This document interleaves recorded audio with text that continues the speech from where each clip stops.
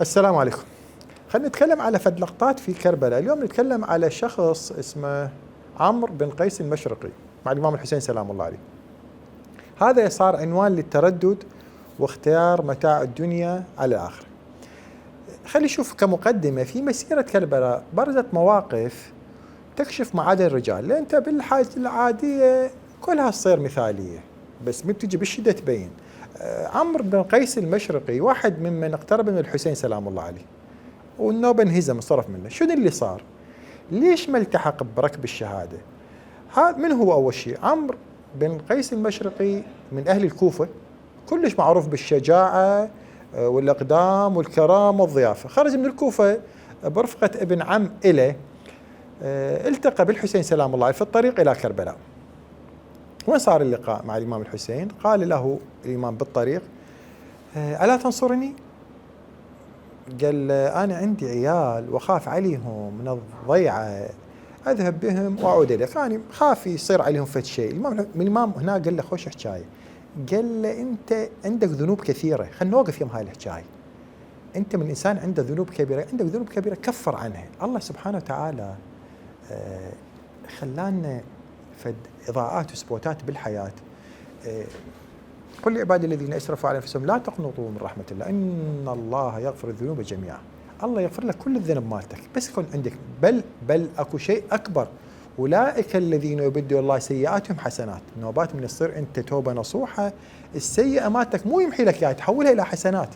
فقال له: انت عندك مشاكل هوايه، ليش ما تجي تتوب؟ قال له: هاي التعذر مال التردد مالتنا، حب الدنيا، أنا عندي وعندي وعندي. قال له: أنت إذا هيك لا توقف، لا تسمع واعيتنا، لأن يسمع واعيتنا وما يجيبنا وما له عذر الله سبحانه وتعالى خليه في قعر جهنم. لأن الإمام الحسين شو يقول له؟ يقول له هذا السكوت والتأجيل ما له أي داعي. اللي صار إنه هذا انهزم وانصرف، وما ندري بوين صار أصلا. لم يكن في صف عداء، لكنه لم ينصر الحسين، لم يسجل في ديوان الحسين. خسر الخلود اللي ربحوا به ناس جزء أبسط منه بكثير وما عندهم هاي الشجاعة معروفين عنه. خوفه على العيال، عيال انتهوا، هو راح وما حد ذكره. شنو الدروس اللي ناخذها؟ أول شيء ليس كل محب ناصر، أنت نبات واحد يحبك، هاي خلينا نوقف يمها.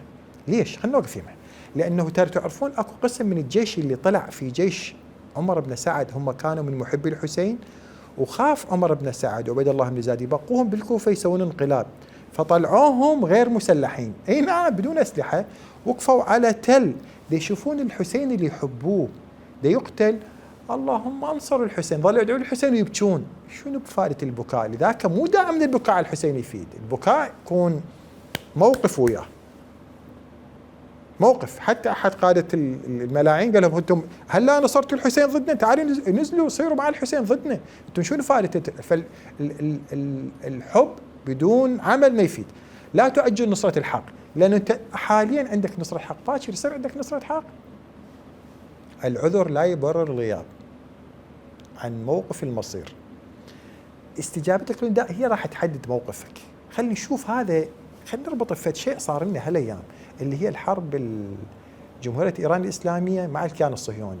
ايش قد اكو ناس اي والله انا احب ايران بس ما اقدر اسوي شيء. لا، تقدر تسوي، كل واحد كان يقدر يسوي.